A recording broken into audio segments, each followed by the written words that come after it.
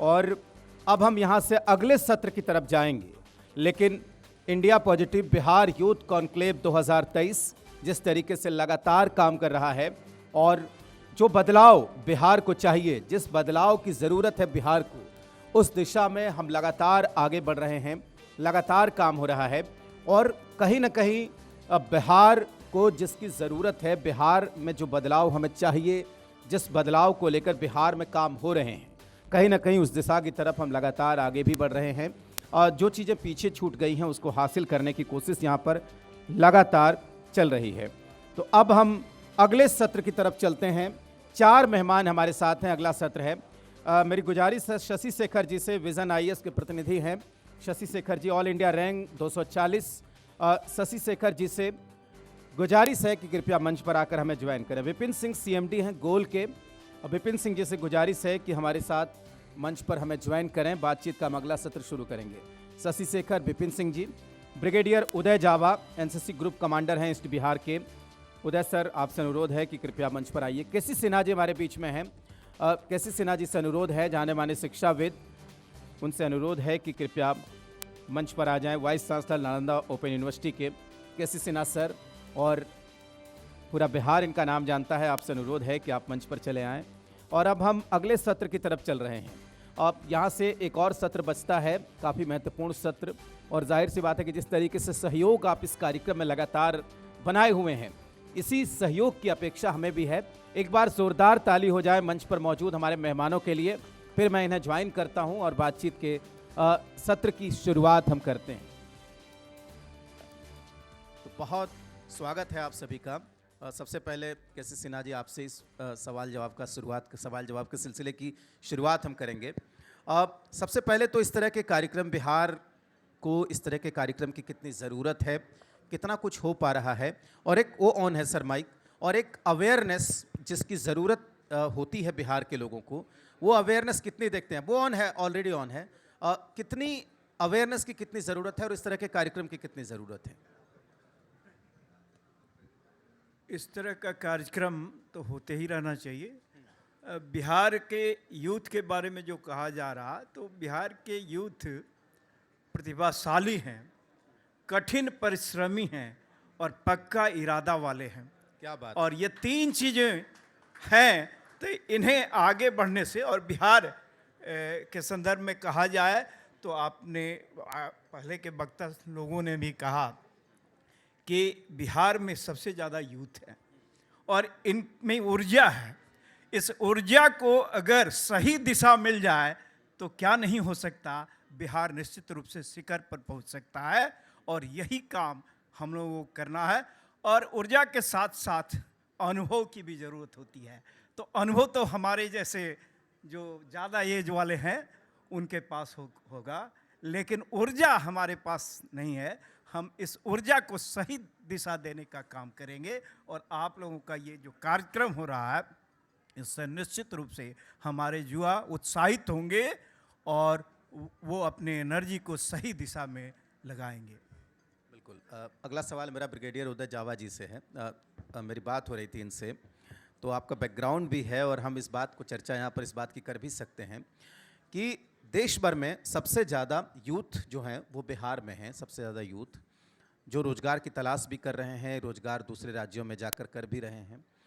कई राज्यों की तस्वीर हमने बदल दी, कई दुनिया भर के कई मुल्कों की तस्वीर हमने बदल दी, लेकिन आज बिहार के भीतर बिहार के नौजवानों की क्या स्थिति है? और जो आप कह रहे थे कि लीडरशिप क्वालिटी की जो बात करते हैं, तो बिहार के लोगों के भीतर कितनी लीडरशिप क्वालिटी है, कितना स्टेमिना है? क्योंकि स्टेमिना से कुछ नहीं होगा, रिसोर्सेज भी चाहिए। दोनों का जो तालमेल है वो कितना है? देखिए, अगर आप शुरू से देखें तो पूरे देश में पूरे देश में हमारे जितने खासकर गवर्नमेंट सर्वेंट्स हैं, आईएएस ऑफिसर्स हैं, आर्म फोर्सेस में हैं, सारे टॉपर्स जो हैं आपको बिहार स्टेट से मिलेंगे। और ये लोग स्टेट से आए, देश का इन्होंने भला किया, देश की तरफ गए और स्टेट समहाउ पीछे रह गया। जहाँ तक लीडरशिप और एक्सपीरियंस की बात है, मैं आपको एक मिलिट्री एग्जाम्पल देता हूँ। हाल ही में गलवान में एक सिचुएशन हुई थी और वहाँ के पलटन वन बिहार थी, सीओ साहब कर्नल बाबू वीरगति को प्राप्त हो गए थे। उसके बाद जो जवानों ने वहाँ पे चाइना को मुंह तोड़ जवाब दिया, जो एक्शन किया, उससे हम सब अब वाकिफ़ हैं। और वो किसने किया? वो वन बिहार के जवान थे, वो इसी प्रदेश के जवान थे, हमारी सेना के जवान थे, हमारे देश के थे, लेकिन वो यहीं से थे। उनका जो बैकग्राउंड है, उनका जो ट्रेनिंग है, वो आपके इधर ही दानापुर में बिहार रेजिमेंटल सेंटर में हुआ है, और वहीं से वो आके गए हैं। तो इसलिए काबिलियत और कमी नहीं है। इसको थोड़ा सा अगर आप बोलें, जैसे हम एनसीसी में बोलते हैं, दो इम्पॉर्टेंट शब्द हैं हमारे, यूनिटी और डिसिप्लिन। तो जहाँ तक मैंने पिछले साल मैं बिहार के कंटिजेंट को एनसीसी कैंप में भी लेके गया था, बिहार और झारखंड का कंबाइंड कंटिजेंट जाता है, तो हमारे किसी एक स्पीकर ने बोला डोंट वोट योर कास्ट। हमारे यहाँ पे कास्टिज्म और थोड़ा सा जो डिसयूनिटी है वो थोड़ी ज़्यादा है। अगर हमारे यूथ यूनाइट होगा, एक साथ मुट्ठी बन के काम करेगा, तो आई डोंट थिंक हमारे को कोई प्रॉब्लम होगी आगे। विपिन जी, अगला सवाल आपसे है कि जिस क्षेत्र में आप काम कर रहे हैं, सवाल वहीं से है कि बिहार की प्रतिभा को आज की तारीख में बिहार में कितना अवसर मिल रहा है? निश्चित रूप से सबसे पहले तो इंडिया पॉजिटिव और जी के इस मुहिम को मैं दिल से बधाई भी देता हूं, शुभकामना भी देता हूं कि इस तरीके की मुहिम जो आपने छेड़ा है ये आगे भी बढ़ता रहे। और हम जैसे बिहारियों की बात कर रहे हैं इतनी देर से, ये प्रूफ करने की बिल्कुल ज़रूरत अभी नहीं कि हमारे पास क्षमता कितना है। हाँ, ये बताने की ज़रूरत ज़रूर है कि हम बिहार से पलायन कर चुके हैं। कुछ ऐसे इमोशनल लोग हैं जिसमें मनीष वर्मा जी हैं, अजय जी हैं, ऋतुराज जी हैं, और भी बहुत सारे लोग हैं, सब लोग बैठे हैं। ये बिहार में वापस आए और कुछ करना और कुछ तलाशना और तलाश कर कुछ अच्छा करने की बात कर रहे हैं। ये इमोशन है जो लेकर आया है। 2000 वर्ष पहले जब जिसकी बात अभी की गई कि अमेरिका जैसा आज का डेवलप्ड कंट्री जंगल का ज़िंदगी जी रहा था और हम नालंदा विश्वविद्यालय से पूरे विश्व को सिखा रहे थे, चला रहे थे और शिक्षा की जोत जगा रहे थे। ये हमारी समृद्धि रही है। शिक्षा की बात करें, हमारी तेज की बात करें, हमारे अंदर हिम्मत की बात करें, हर जगह पे हम अच्छे हैं। लेकिन एक पॉलिटिकल विल पावर और कहीं ना कहीं से उसकी कमी रही है कि पिछले 40-50 वर्षों में, सचमुच में इतने ही दिनों में हम बिहार बहुत पीछे हुए। जब जिस दौर में हम रहे बहुत आगे रहे, आज कुछ ऐसी परिस्थितियां आई है जिस वजह से यहाँ से पलायन हो रहा है। और न सिर्फ यहाँ के यूथ बल्कि मजदूर भी, जो जिनके पास क्षमता है, जिनके पास ऊर्जा है, रोकने के लिए कौन पहल करेगा? सबसे पहले पॉलिटिकल सपोर्ट चाहिए, रोजगार की वैसी व्यवस्था चाहिए, एक प्रॉपर माहौल चाहिए। और जहाँ तक हम अपने इंडस्ट्री की बात करें, जिसमें मैं एजुकेशन में आता हूँ, तो मेरे पास अपॉर्चुनिटी था दिल्ली छोड़कर फिर वापस हमें बिहार आना था। और आए इसलिए क्योंकि ये मिट्टी से मुझे प्यार था और इस पे काम करने के लिए पिछले 26 वर्षों से हम लोग काम कर रहे हैं। हमने देखा है कि यहाँ के बच्चों के पास जो ऊर्जा है, जो क्षमता है, जो जुनून है, लगभग 16-17 हज़ार बच्चे यहीं से पढ़कर डॉक्टर बने, देश और विदेशों में सेवा दे रहे हैं। इनमें से बहुत कम लोग बिहार आकर अपने आप को वापस सेवा देने के लिए तैयार हैं। क्यों ऐसा हो रहा है? क्योंकि उनको माहौल नहीं मिल रहा है उस तरीके का। जो सपोर्ट मिलना चाहिए समाज से भी, वो प्रॉपर नहीं मिल रहा है। जो उनको पैसा मिलना चाहिए जिसके लिए उन्होंने इतना मेहनत किया है, शायद वो नहीं मिल पा रहा है। जिन्हें कुछ ज़्यादा ही लगाव है अपने मिट्टी से, वो वापस तो आ रहे हैं इमोशन के साथ। जिनके पास लग रहा है कि नहीं मेरे पास ऑप्शंस है, वो ऑप्शन के लिए बाहर चले जा रहे हैं और वहाँ पे वो चीज़ें मिल रही है। मुझे लगता है कि संभावनाएं बहुत ज़्यादा हैं। एक बार माहौल आप जैसे प्रयास कर रहे हैं, जिस तरीके से इंडिया पॉजिटिव आप लोगों का जो मुहिम चल रहा है, ये प्रयास बहुत ईमानदारी से ऐसे जारी रहना चाहिए। लोगों के अंदर अवेयरनेस पहले से ज़्यादा आ रहा है। आज लोग अपने बिहार के लिए इमोशंस के साथ काम करना चाह रहे हैं और यह सुखद है और एक अच्छा डायरेक्शन है। हाँ, रह गई बात कि इसमें जो कमियां हैं उसे हम लोग आपस में बैठकर बात कर, सिर्फ तलाशे नहीं, इस पे अमल करना और इस पे काम करने की शुरुआत करना ज़रूरी होगा। जाहिर सी बात है कि विपिन जी ने जो कुछ भी कहा, बिना उसको हम अपने में अप्लाई जब तक हम नहीं करेंगे, जब तक उससे हम अपनी दिनचर्या में शामिल नहीं करेंगे, तब तक तरक्की का रास्ता, तरक्की का फाटक हमारे लिए नहीं खुलेगा। अगला सवाल शशि शेखर आपसे है। सबसे पहले तो बहुत आपको बधाई हो, बहुत बधाई आपकी कामयाबी के लिए, क्योंकि हर बिहारियों का ये सपना होता है और जाहिर सी बात है कि आपने वो पा लिया है। दूसरी बात है कि बिहार के भीतर जब जो लोग मुखर्जी नगर जाते हैं या जो लोग कोटा जाते हैं, वो वहाँ न जाएं, वो चीज़ें यहीं मिल जाए। एक तो वहाँ क्यों जाते हैं, और दूसरी बात है कि क्या मुमकिन है वो सब चीज़ें यहीं पर रह के कर पाना, हासिल कर लेना? मैंने पटना विश्वविद्यालय से अपना ग्रेजुएशन फिजिक्स से और मास्टर्स फिजिक्स से यहीं से किया था। तो उसी बीच में मैं काफ़ी रूरल पृष्ठभूमि से आता हूँ, जहानाबाद ज़िले के एक गांव से आता हूँ। तो मेरा गांव जो मेन सड़क है वहाँ से 3 किलोमीटर अंदर है। तो उस पृष्ठभूमि से पूरा हिंदी मीडियम मेरा थ्रू आउट हुआ था। तो उस पृष्ठभूमि से मैं पटना तक आया और पटना यूनिवर्सिटी में लकीली अच्छे एडमिशन हुए। तो मेरा जैसा कि आपने कहा कि अवसर, तो हिंदी मीडियम से था, उसके बाद जैसे मैं आया पटना यूनिवर्सिटी में आया, सारी पढ़ाई इंग्लिश में हुई, तो नए नए अवसर मिले। तो उन अवसर को टैकल कर पाना और उसको रिटेन कर पाना और उसी अनुरूप आगे बढ़ना काफ़ी चैलेंजिंग होता है। तो जब मैं पटना आया, देखा और मैंने शहरों की समस्याएं देखी, कैसे जो ब्यूरोक्रेसी है उसमें रोल अदा कर रही है और कैसे हमारे शहरों का जो बेतरतीब विकास हो रहा है, खास करके मैं पटना में उस चीज़ को फील किया करता था। तो मुझे लगा कि ब्यूरोक्रेसी में अगर मैं जाता हूँ तो मैं देश के लिए कुछ कर सकता हूँ। तो यहाँ जैसा आपने कहा अवसर, तो यहाँ उस तरीके के रिसोर्सेज अवेलेबल नहीं थे जो सिविल सर्विसेज की तैयारी में एक मतलब आइदर वो कंटेंट की बात हो गई या इस तरीके की। तो उस समय 2014 में मैंने मास्टर्स किया है, तो उसमें मुझे लगा कि इतना अच्छा रिसोर्सेज अवेलेबल नहीं है। तो रिसोर्सेज हो गया, कंटेंट हो गया, मेंटर्स हो गए। जैसे मैं अपने निजी जीवन में मतलब 2016-17 तक मैं किसी सेलेक्टेड आईएएस, तो काफ़ी दूर की बात है, और लकीली इस बार मुझे आईएएस मिल जाएगा, मतलब 240 रैंक है ईडब्ल्यूएस में, तो आईएएस मिल जाएगा कंफर्म रूप से।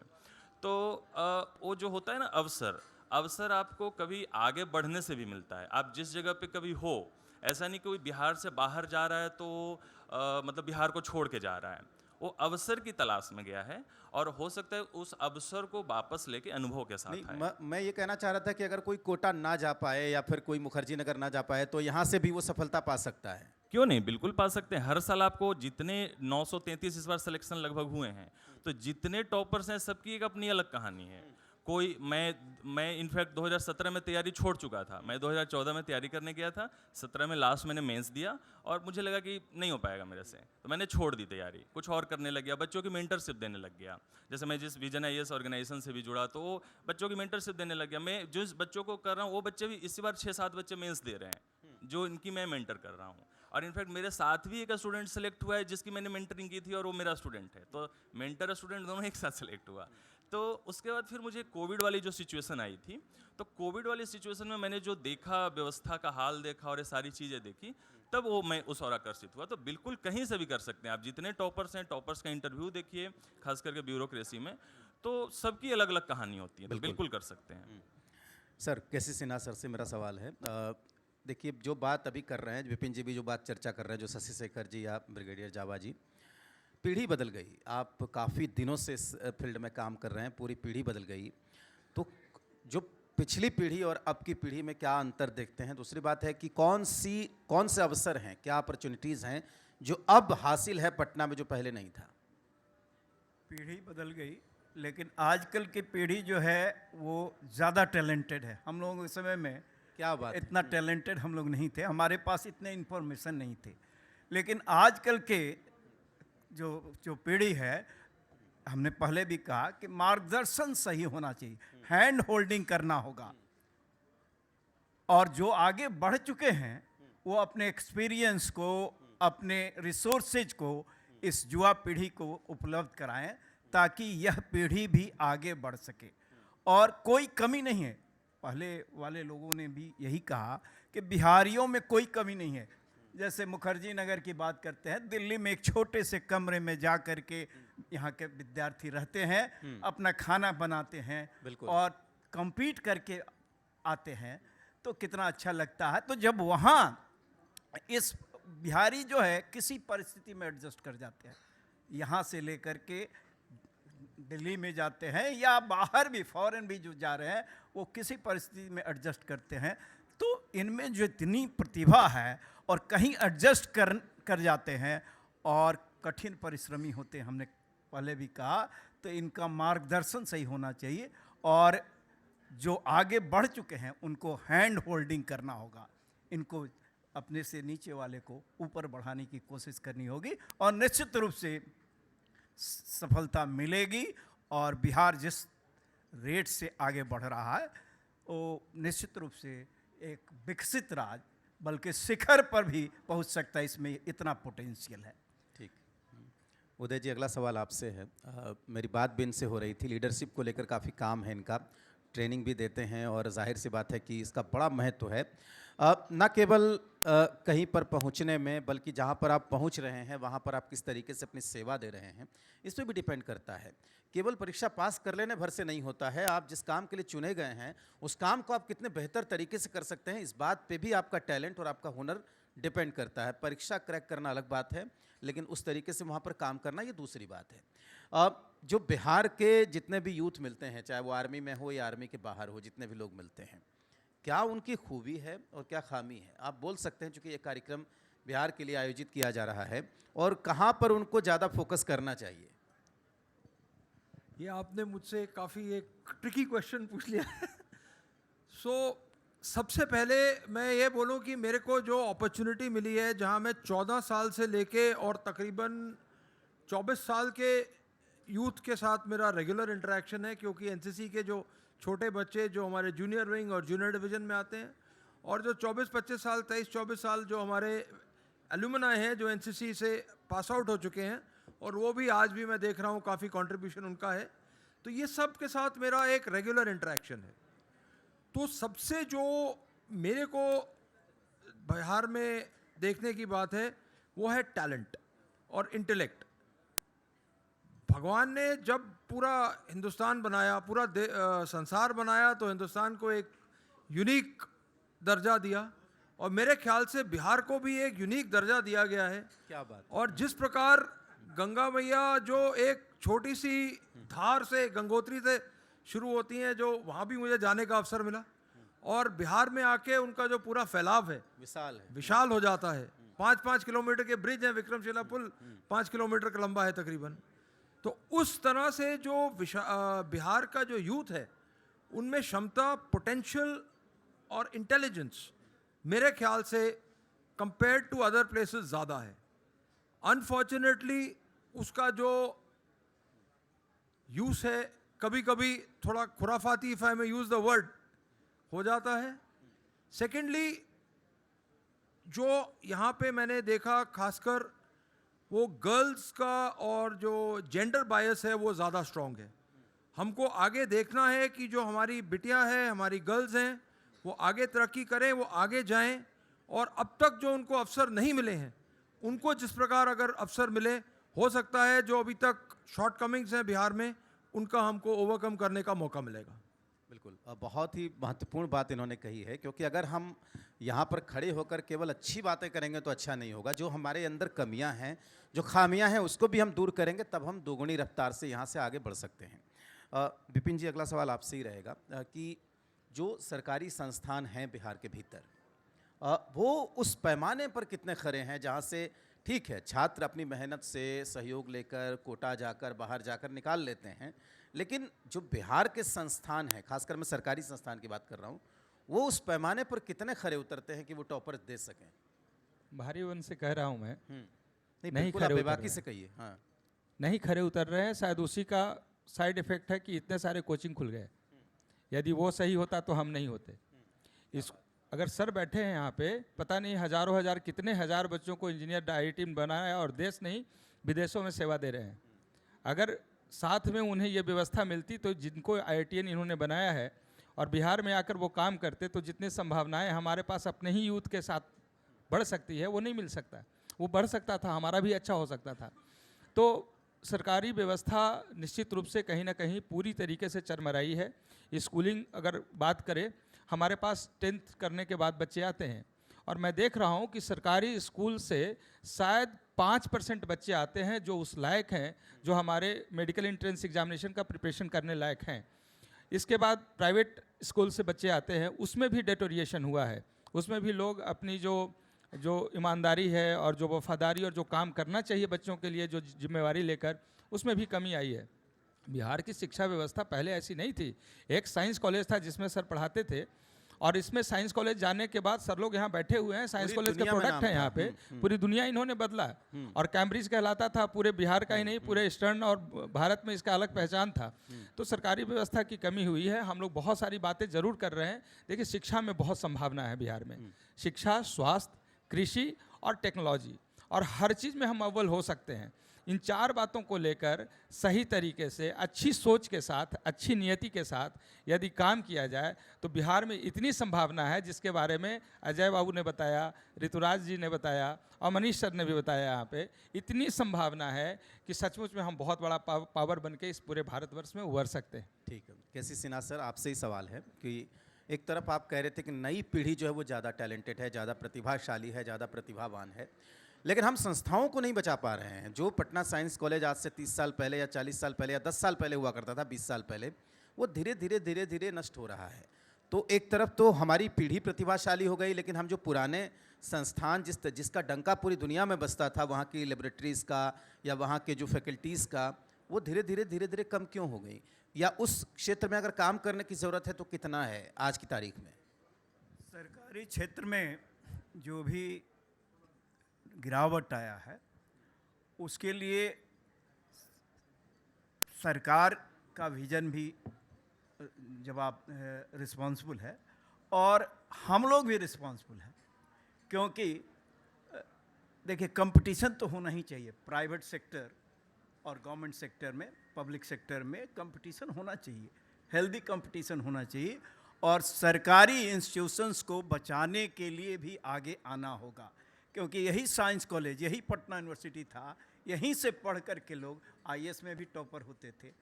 87, 88 दोनों में, 87 के टॉपर तो अभी चीफ सेक्रेटरी साहब हैं जो पटना साइंस कॉलेज के स्टूडेंट थे। तो यहीं से पढ़कर, यहीं फिजिक्स डिपार्टमेंट, मैथमेटिक्स डिपार्टमेंट से पढ़ करके या पटना कॉलेज से पढ़ करके लोग यूपीएससी में अच्छा रैंक लाते थे, टॉप भी करते थे। तो कमी तो आई है, तो इसको दूर करना होगा और हमको अपने खूबियों को निखारने का कोशिश करना होगा और कमियों को दूर करने का कोशिश करना होगा। हमारी खूबियाँ भी है, कमियाँ भी है, दोनों पर वर्क करना होगा। और जो शिक्षा के क्षेत्र में भारत विश्व गुरु था, क्यों था? क्योंकि शिक्षा के क्षेत्र में हम आगे थे और विशेषकर बिहार के 2 यूनिवर्सिटी, नालंदा और विक्रमशिला, बिल्कुल पूरे दुनिया में इसका नाम था। बाहर से भी लोग, जब आने जाने की कोई सुविधा नहीं थी, उस समय 10,000 स्टूडेंट्स नालंदा यूनिवर्सिटी में आते थे। बिल्कुल। तो हमको शिक्षा, और शिक्षा ही वह माध्यम हो सकता है। हमारा अपना विचार है कि शिक्षा ही वो माध्यम हो सकता है जो बिहार को शिखर पर पहुंचा सकता है। शिक्षा और कृषि, क्योंकि खनिज संपदा हमारे यहाँ नहीं है, नहीं के बराबर है, लेकिन बौद्धिक संपदा का भंडार कहा जाता है, कठिन परिश्रमी लोगों का भंडार कहा जाता है, क्योंकि यहाँ के लेबर बाहर जाकर के उस देश को विकसित बना रहे हैं। तो कठिन परिश्रमी लोग हैं और बौद्धिक संपदा, प्रतिभा के भंडार है, इस पर वर्क करना होगा। और हम सबों को, सरकार से भी अपेक्षा हमको है, लेकिन केवल सरकार सारा काम नहीं कर सकता है, हम लोगों को भी आगे आना होगा। और हमने कहा कि हैंड होल्डिंग करना होगा। जो बिजनेस के क्षेत्र में आगे बढ़ गए हैं, वो दूसरे को आगे आने का अवसर प्रदान करें, अपना गाइडेंस दें।